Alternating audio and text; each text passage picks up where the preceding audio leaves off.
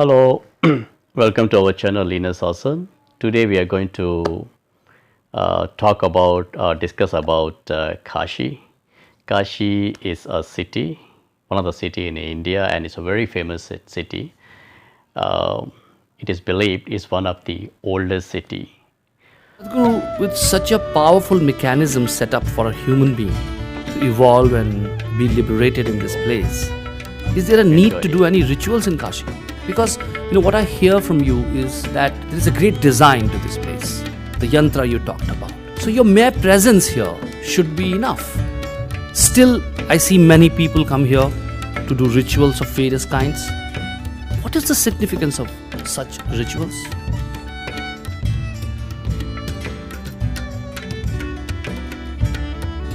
Kashi is full of rituals. It was the center of rituals. There's nothing as surefire as doing something internal. That is the best way to do it. So once you've been initiated into your process, that is what you should depend on. Why these things are built is, it's for the public. They do not know how to do anything with themselves, but they know enough that something needs to be done with them. So when that is the case, an instrument like this and the complex rituals that came along with the instrument are very useful because it handles people en masse. There was something called a Saptarishi puja. Saptarishis means the seven sages who were the first disciples of Shiva. They were to leave to carry this message and go. When they asked him, how should we worship you? He taught them a method. He said, you do it this way, I will be there. That method was taught to them and they taught to the people, and today it continues in the same tradition, the way Shiva taught it to the seven sages. That process they started off. And they did it in such a way, stacks and stacks of energy they built. This may not be tangible for other people, for me it's a living reality. And people will just burst into tears, they don't know what it is. Those who are doing it, they do not know how it happens. But they're sticking to the procedure that's been taught to them and making it happen. See, the guy who's driving this boat does not know how to build an engine, he's just learned to use it and it works.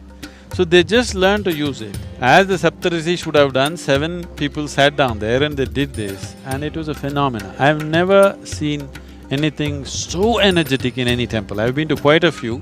Wherever I feel it's an energy center, I go. I don't go there to pray, I don't go to ask, I've never done abhisekams and pujas in any temple in my life, okay?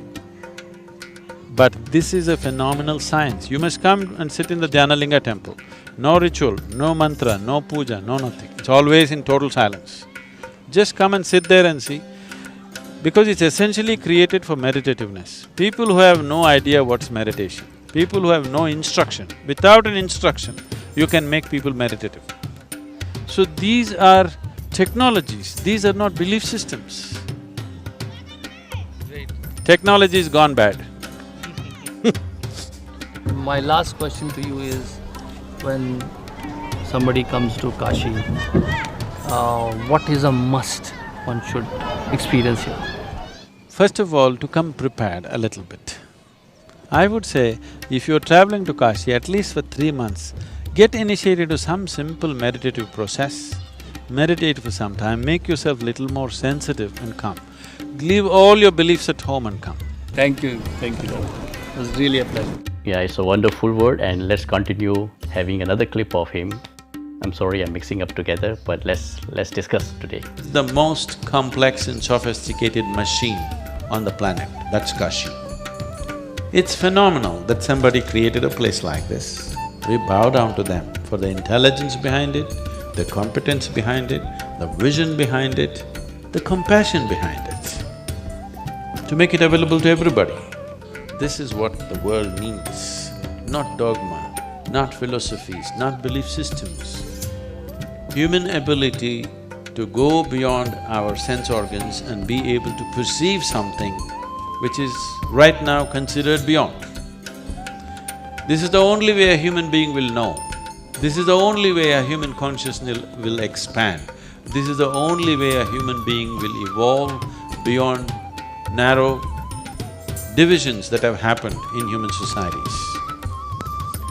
But those instruments are being systematically destroyed. It's important that these things are brought back.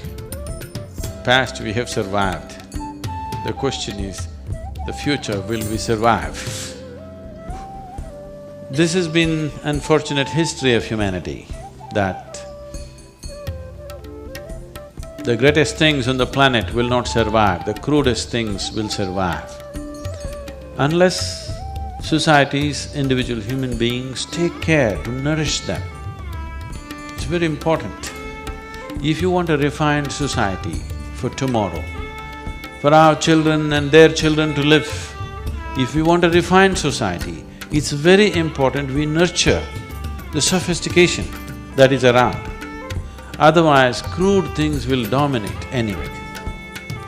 Very easy to manifest the crude, very difficult to manifest the sophistication because it takes thousands of years to evolve it. So, it is a responsibility that we have as a generation of people to bring out the subtle aspects of life and somehow to make them live.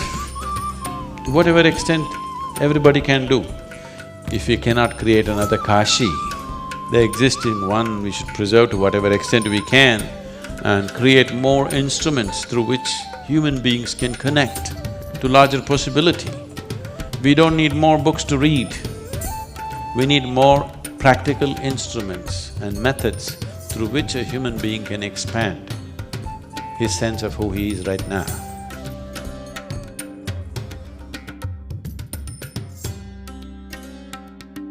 Alright, alright, alright. Okay, okay.